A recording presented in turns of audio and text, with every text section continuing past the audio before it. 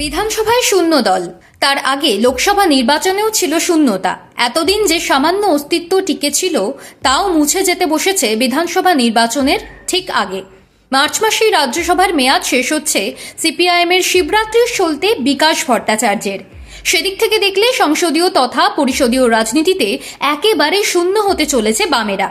বাংলার ভোটে জিতে আবারও শূন্যতা কাটাবে কিনা সিপিআইএম, এই চর্চা যেমন প্রবল তেমনই আলোচনায় রয়েছে রাজ্যসভায় কে হতে চলেছেন বিকাশ রঞ্জন ভট্টাচার্যের পরিবর্ত।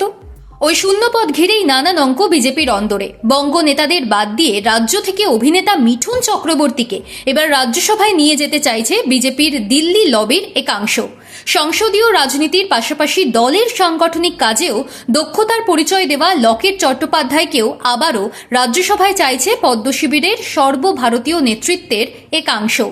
ফলে বিজেপির অন্দরেই লড়াই তুমুল। আগামী এপ্রিল মাসে রাজ্যসভার মোট 37টি আসনের মেয়াদ শেষ হচ্ছে।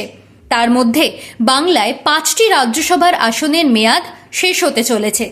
পশ্চিমবঙ্গ থেকে তৃণমূলের রাজ্য সভাপতি সুব্রত বক্সী, সাকেত গোখলে ও ঋতব্রত বন্দ্যোপাধ্যায়ের রাজ্যসভা সাংসদ পদের মেয়াদও শেষ হচ্ছে। একই সঙ্গে সিপিএমের আইনজীবী নেতা বিকাশ রঞ্জন ভট্টাচার্যেরও মেয়াদ শেষ হচ্ছে। মৌসম বেনজির নূর সাংসদ পদ ত্যাগ করে কংগ্রেসে যোগ দিয়েছেন। এ রাজ্যের মোট 5টি রাজ্যসভার আসনে ভোট হবে। বলা হচ্ছে তৃণমূলের 4 জন এবং বিজেপির 1 জন প্রার্থীর জয় নিশ্চিত। একটি আসন জিততে 50 জন বিধায়কের সমর্থন প্রয়োজন। বিজেপির দিল্লি লবির একটা অংশ মিঠুনকেই একমাত্র আসনটিতে চাইছেন। মিঠুনকে প্রথম রাজ্যসভায় পাঠিয়েছিলেন মুখ্যমন্ত্রী মমতা বন্দ্যোপাধ্যায়। সারদা ও বিভিন্ন চিটফান্ড বিতর্কের পর তিনি আচমকাই ইস্তফা দেন, পরে বিজেপিতে যোগ দেন। সেই মিঠুনকে কেন রাজ্যসভায় নিয়ে যেতে চাইছেন বিজেপির সর্বভারতীয় নেতারা? তার বেশ কয়েকটি কারণও রয়েছে। প্রথমত, সাংসদ হিসেবে বিধানসভা ভোটে রাজ্য জুড়ে পুরো দমে প্রচার করতে পারবেন মহাগুরু। পদ্মশিবিরের আরও একটি লবির দ্বিতীয় যুক্তি, এ রাজ্যে সরকার গড়ার মতো অবস্থা হলে আদি ও নব্য গোষ্ঠীর দ্বন্দ্ব যদি চরমে ওঠে, সেক্ষেত্রে মিঠুনকে বিকল্প মুখ হিসেবে তুলে ধরা যেতে পারে। তৃতীয় যুক্তি হল, মিঠুন বিধানসভা নির্বাচনে লড়তে পারেন এমন নিশ্চিত আসনের খোঁজও পাওয়া যাচ্ছে না। ফলে রাজ্যসভা সেদিক থেকে নিরাপদ।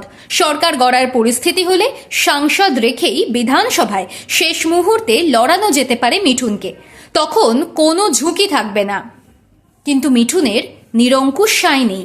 দিল্লির আরও একটি বড় অংশ মনে করছে প্রাক্তন সাংসদ লকেট চট্টোপাধ্যায়কে সংসদে নিয়ে যাওয়া ভালো, কারণ লকেট সাংসদ থাকাকালীন দিল্লির নেতাদের আস্থাভাজন ছিলেন। একাধিক রাজ্যে বিজেপির হয়ে সাংগঠনিক কাজ ও প্রচার করেছেন দক্ষতার সঙ্গে। তবে লকেটকে নিয়ে আবার দ্বিধাও থাকছে। একটা বড় লবি তাঁকে রাজ্যসভায় চাইলেও আগামী বিধানসভা ভোটে দাঁড়াতে প্রস্তুতি নিচ্ছেন তিনি।